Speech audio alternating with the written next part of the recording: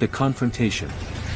The bar near Camp Pendleton was the kind of place where off-duty military personnel went to forget they were military, dim lighting, cheap beer, country music too loud for conversation.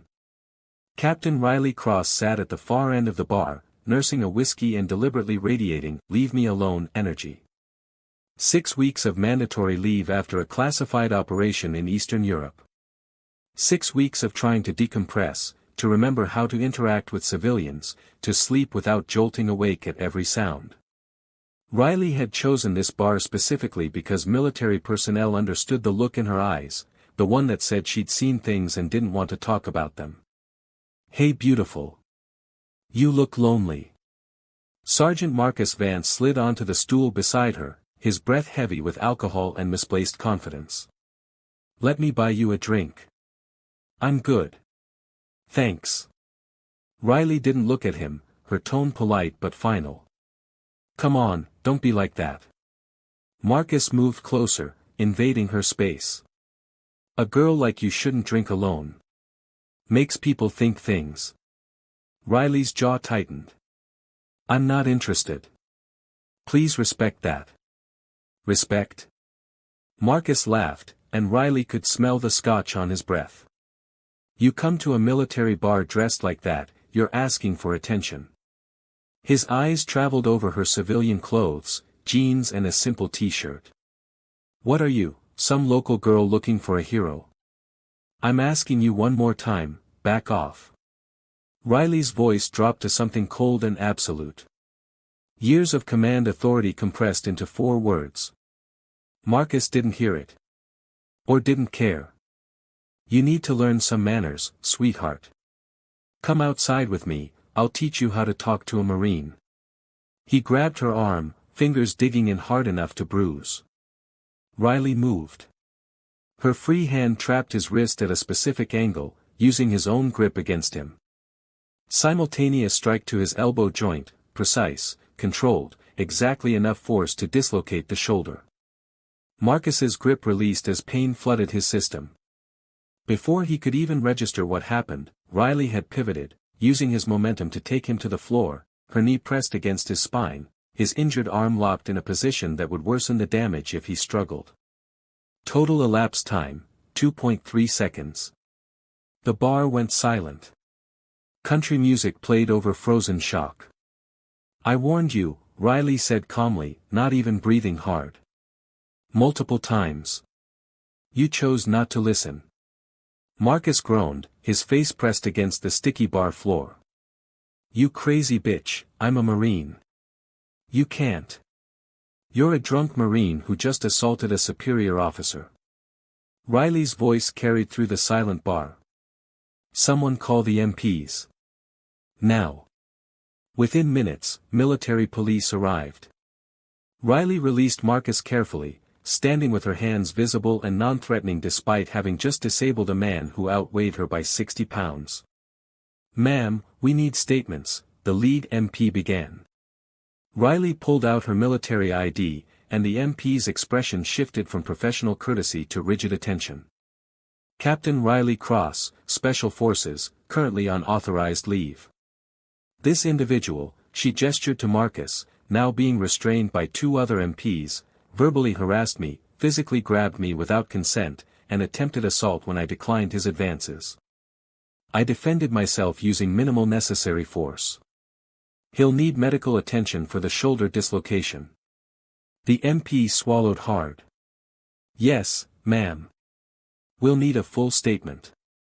"Of course. I'll be at the MP station within the hour." Riley's tone was professional, clinical. "He also smells heavily of alcohol. I recommend a breathalyzer test." As the MPs escorted a groaning Marcus out, Riley returned to her drink, which sat undisturbed on the bar. Her hands were steady. 12 years of training meant her adrenaline response was so controlled she barely registered the confrontation as anything more than an inconvenient interruption. But she felt eyes on her. She turned to find a man in Marine officer's uniform watching from a corner booth, captain's insignia, intelligence branch. He looked mortified, angry, and something else she couldn't quite identify. Their eyes met across the bar, and Riley saw recognition there, not of her personally, but of what she was. Operators recognized operators, even across branches. The Marine raised his glass in a gesture that might have been apology, respect, or both. Riley nodded once, drained her whiskey, and headed for the MP station to give her statement. Just another night on leave, trying to forget she was a weapon while men like Marcus reminded her why she needed to be one. Behind her, Captain Ethan Cole watched her go and made a decision that would change both their lives. He needed to find that woman and apologize properly. Because what he'd just witnessed wasn't just impressive, it was a demonstration of restraint, control, and professionalism that his fellow Marine had failed to recognize until it was too late. One wrong move indeed. Marcus's. Not hers. Consequences and connection. Riley was midway through a punishing workout at the base gym when she sensed someone approaching. Her spatial awareness, honed through a decade of combat operations, never fully turned off, even here. She finished her set of pull-ups, dropped to the mat, and turned to find the Marine officer from last night standing at a respectful distance. Captain Cross. He stood at ease, but his posture conveyed genuine respect. I'm Captain Ethan Cole, Marine Intelligence. May I have a moment of your time?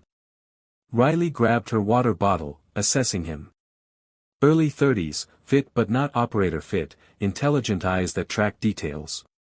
Intelligence officer, analyst type, not field operative. If this is about last night's incident, I've already given my statement to the MPs. It's not official. It's personal. Ethan moved closer, careful not to invade her space. I was there. I witnessed the whole thing. And I need to apologize. You didn't do anything. Exactly. His voice held genuine shame. Marcus Vance is a Marine. He represents my corps, my brothers. What he did, how he treated you, that's not what we're supposed to be. And I sat there and did nothing until you'd already handled it. Riley's defenses softened slightly.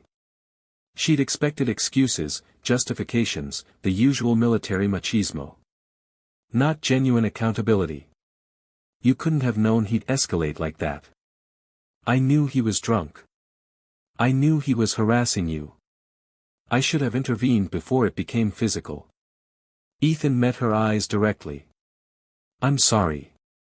On behalf of the Marine Corps and as someone who believes we can do better. They stood in silence for a moment. Riley made a decision. Buy me coffee.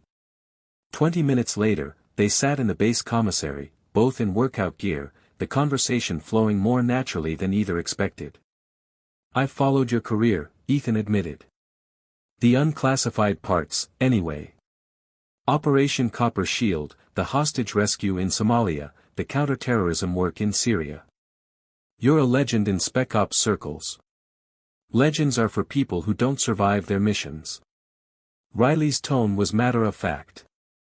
I'm just someone who's good at a specific skill set and lucky enough not to have gotten killed yet. That's not what your commendations suggest. Silver Star, 3 Bronze Stars. You really did your research. I'm intelligence. Research is what I do. Ethan smiled, then sobered. Can I ask, what's it like? Being one of the few women in that world? Riley appreciated that he asked instead of assumed. Exhausting. I have to be twice as good to be considered half as competent. Every mistake is magnified, every success is attributed to my team rather than my leadership. And then there's incidents like last night, men who see the uniform as a costume rather than recognition of capability. That needs to change. Does it? Because it's been 20 years since women were officially allowed in combat roles, and I still have to physically demonstrate competence before some men will take me seriously. Riley's frustration leaked through her usual professional control. Marcus isn't an anomaly. He's just the drunk version of attitudes I deal with constantly. Then how do we change it? Ethan's question was genuine, not rhetorical. I'm serious. I'm in a position to influence culture, to implement training, to hold people accountable. Tell me what needs to change. For the next hour, they talked, not as captain and captain, but as two people who understood military culture from different angles. Ethan shared his frustrations with intelligence work, the way analysts were dismissed by operators, the challenge of earning respect when your battles were fought with data rather than bullets. Riley opened up about her current leave, mandatory decompression after an operation that went sideways, 2 teammates injured, months of physical therapy ahead for both. Does it? Because it's been 20 years since women were officially allowed in combat roles, and I still have to physically demonstrate competence before some men will take me seriously. Riley's frustration leaked through her usual professional control. Marcus isn't an anomaly. He's just the drunk version of attitudes I deal with constantly. Then how do we change it? Ethan's question was genuine, not rhetorical. I'm serious. I'm in a position to influence culture, to implement training, to hold people accountable. Tell me what needs to change. For the next hour, they talked, not as captain and captain, but as two people who understood military culture from different angles. Ethan shared his frustrations with intelligence work, the way analysts were dismissed by operators, the challenge of earning respect when your battles were fought with data rather than bullets.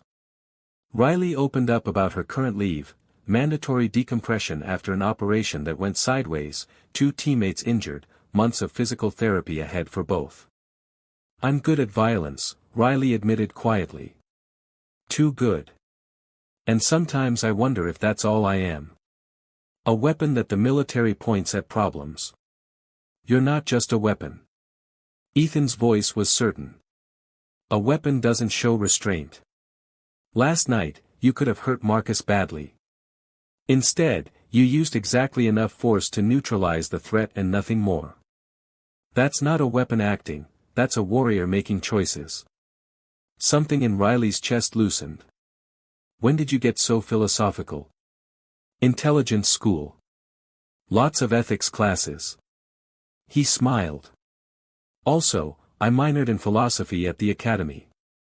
My buddies thought I was crazy. Were they right? Absolutely. His smile widened. But I'm crazy in interesting ways. The conversation shifted, from professional to personal, from guarded to open. They discovered shared interests, both loved strategy games, both struggled with the transition between operational mindset and civilian interactions, both questioned whether they'd ever find relationships that could survive their careers. Most people don't understand, Riley said. They think military means 9 to 5 with occasional deployments. They don't get that for people like us, it's identity, not just occupation. Maybe we need people who get it. Ethan's eyes held hers. Other military, people who understand the demands, the sacrifices, the way the mission matters. Is that what you are? Someone who gets it? I'd like to think so. He paused. Riley, can I take you to dinner? Actual dinner, off base, where we can talk without rank insignia and professional boundaries. Riley should have said no. She was on leave to decompress, not to complicate her life with a relationship. But something about Ethan felt different, safe, understanding, genuine. Yes, she heard herself say.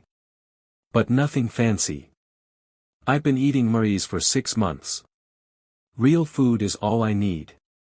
That evening, at a small Italian restaurant in town, they continued their conversation over pasta and wine. The chemistry was undeniable, not just physical attraction, though that was certainly present, but intellectual connection, mutual respect, shared understanding of lives that were fundamentally shaped by service.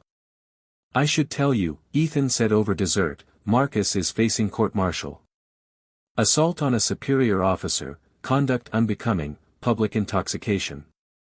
They're pushing for dishonorable discharge. Good.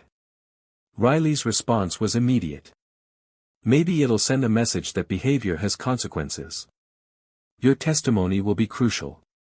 Are you prepared for that? I've testified in far more complicated situations. Riley met his eyes. But I appreciate you asking. Most people assume operators are comfortable with everything. You're human. Being good at something doesn't mean it doesn't affect you. The words hung between them, intimate in their understanding. When they left the restaurant, walking toward Riley's car, the evening air was warm and the tension between them had shifted to something electric.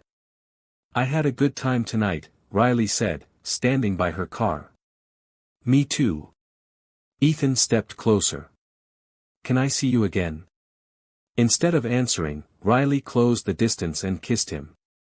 It was careful at first, testing, exploring, then deepened as they both surrendered to the attraction that had been building all day. When they broke apart, both were breathing harder. My apartment is 10 minutes from here, Riley said quietly. If you're interested. Very interested. Ethan's voice was rough with desire. But I need you to know, this isn't just physical for me. I'm not Marcus. I respect you, Riley.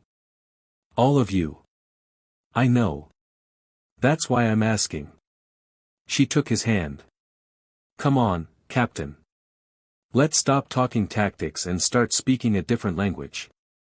They made love with the intensity of two people who understood the fragility of life, who'd both seen enough death to value connection, who found in each other something rare, mutual respect and genuine desire intertwined. Afterward, lying tangled together in Riley's bed, Ethan traced the scars on her shoulder, bullet wound, by the look of it. Syria, Riley said quietly. Sniper got lucky. 3 inches to the left and it would have been fatal. But it wasn't. Ethan kissed the scar. You survived. You keep surviving. So far. She turned to face him. Ethan, you should know, I'm going back to active duty in 3 weeks. Another deployment, classified location, duration unknown. I figured. He pulled her closer. We'll figure it out. If you want to figure it out. Do you? Yes. His answer was immediate, certain. Do you? Riley kissed him instead of answering with words, but the answer was clear. For the first time in years, she was willing to try. To let someone in. To believe that warriors could have more than just war. Outside, the California night continued its rhythms, unaware that inside a small apartment, 2 military officers were proving that sometimes one wrong move, Marcus's attack, could lead to something unexpectedly right. New beginning. The court-martial of Sergeant Marcus Vance took place 3 weeks later in a military courtroom packed with observers. Word had spread, a Marine assaulting a decorated Special Forces officer was news, especially when that officer happened to be Captain Riley Cross. Riley sat in her dress uniform, medals displayed, every inch the professional operator. When called to testify, she was precise, factual, devastating. She described the harassment, the escalation, the physical assault. She explained her response in clinical terms, minimal force necessary to neutralize an imminent threat while preventing further harm to the aggressor. Marcus's defense attorney tried to paint her as overreacting, using excessive force.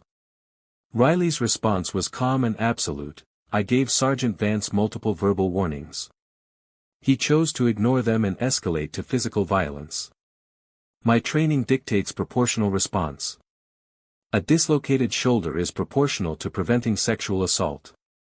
Would the court have preferred I allow the assault to continue? The courtroom went silent. Even Marcus's attorney had no response. Ethan testified next, corroborating everything Riley said and adding context. Sergeant Vance was heavily intoxicated, verbally abusive to multiple patrons, and specifically targeted Captain Cross despite her clear disinterest. His behavior reflected poorly on the Marine Corps and violated every standard of conduct we're supposed to uphold. The verdict was swift, guilty on all counts. Marcus Vance received a dishonorable discharge, reduction to E1, forfeiture of all pay and benefits, and 6 months in the brig. But Riley used the platform for something more. When asked if she had a victim impact statement, she stood and addressed not just the court, but the issue itself. This isn't about one drunk Marine making a bad decision. This is about a culture that still, in 2024, treats women in uniform as lesser. As targets. As people who need to prove their right to serve rather than being respected for their service. Her voice carried authority earned through years of leading warriors. I'm a Special Forces officer. I've completed missions most people in this room will never know about. I've earned every commendation on my chest. And yet, Sergeant Vance saw me as nothing more than a woman in a bar who should be grateful for his attention. She looked around the courtroom. This has to change. Not just in regulations and training PowerPoint slides, but in the fundamental way we respect each other. Women in the military aren't diversity initiatives or political statements. We're warriors. Treat us like it, or get out of our way. The statement went viral within military circles within hours.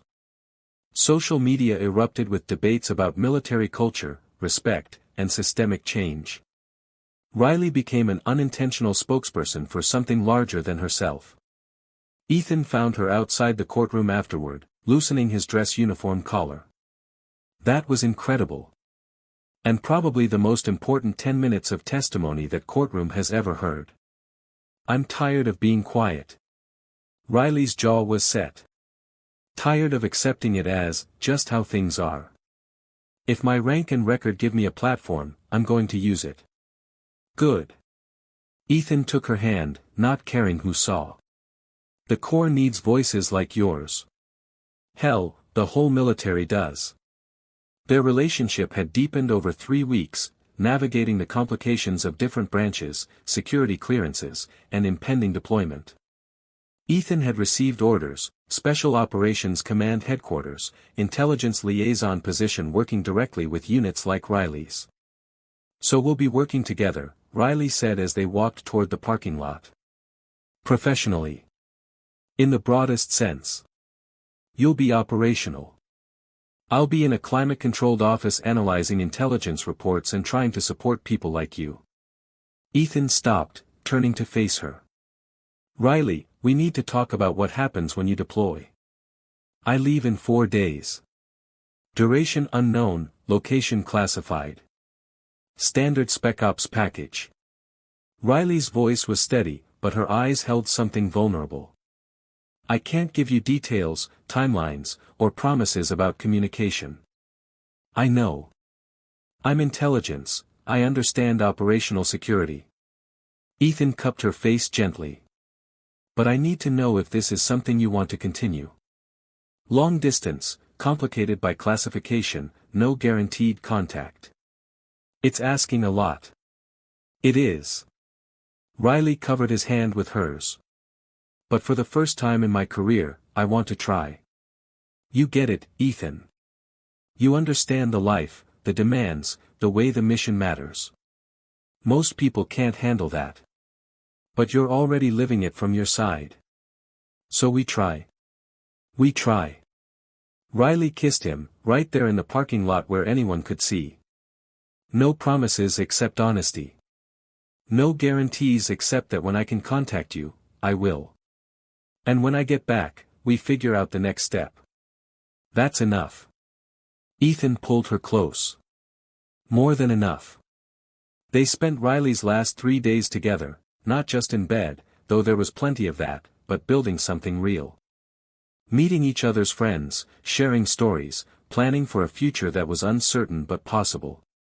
Ethan gave her a secure satellite communicator, the kind intelligence officers could access, that would allow encrypted messages when she had downtime in safe locations. It's not guaranteed, he warned. Depending on your operational tempo and location. But when you can, send me something. Even just, alive and thinking of you. I can do that. Riley pocketed the device. And Ethan? Thank you. For seeing me. All of me. The operator and the woman. Most people only see one or the other. Most people are idiots. He kissed her forehead. You're both. And that's what makes you extraordinary. The morning she left, Ethan drove her to the air base. Their goodbye was quiet, intimate, full of things they couldn't say in public. Come back safe, Ethan said against her lips. I'll do my best. Riley pulled back, looking at him seriously. But you know the statistics. Spec Ops has a failure rate, and not everyone comes home. Then beat the statistics. You're good at that. He managed a smile despite the fear in his eyes. I'll be here. Waiting. However long it takes. Riley boarded the transport without looking back, not because she didn't care, but because looking back made leaving harder, and she needed to be fully present for what came next. 3 months later. Riley's first encrypted message came from an undisclosed location after 6 weeks of radio silence, alive. Mission complex but manageable. Thinking of you. Weather is terrible. Send me pictures of California sunshine. R. Ethan responded immediately, sunshine attached. Also attaching intelligence briefs you might find useful, cleared for your security level. Thinking of you constantly. Be safe. E. The messages became a lifeline, brief, encrypted, precious. They talked about everything and nothing, operations Ethan could support from his position, movies they wanted to watch together, the small details of daily life that kept them connected across classified distance.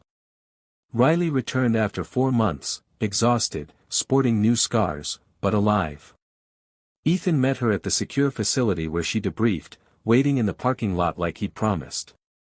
When Riley emerged, still in tactical gear, she looked older, eyes holding new weight, posture carrying fresh trauma.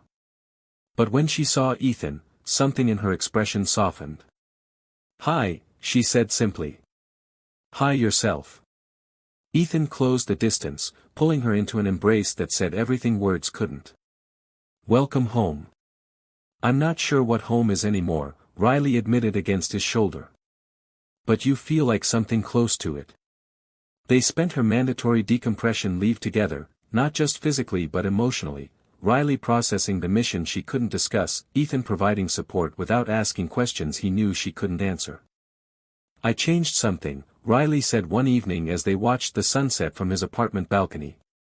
After the court-martial, after speaking up about military culture. I can't go back to being silent.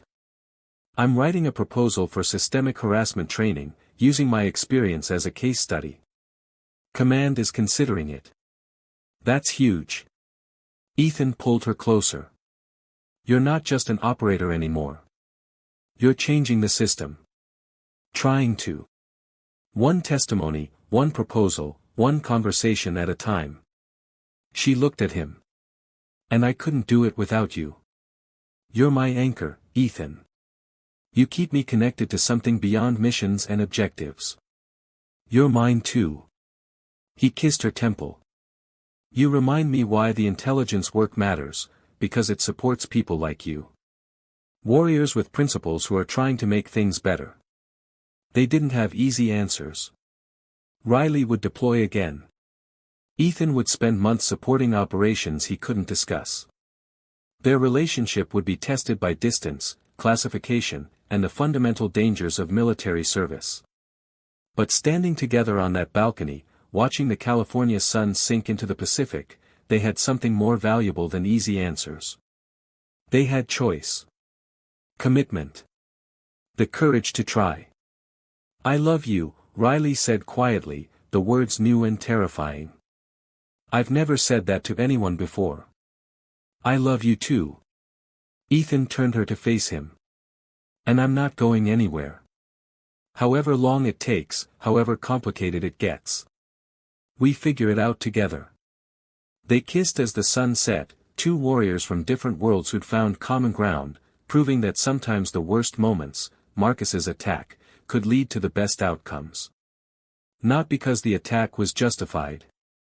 But because Riley's response, controlled, professional, powerful, had shown Ethan exactly who she was, someone worth fighting for, worth waiting for, worth building a future with. One wrong move had led to something unexpectedly right. And that, they both agreed, was worth every complication ahead. The end, Claude is AI and can make mistakes. Please double-check responses.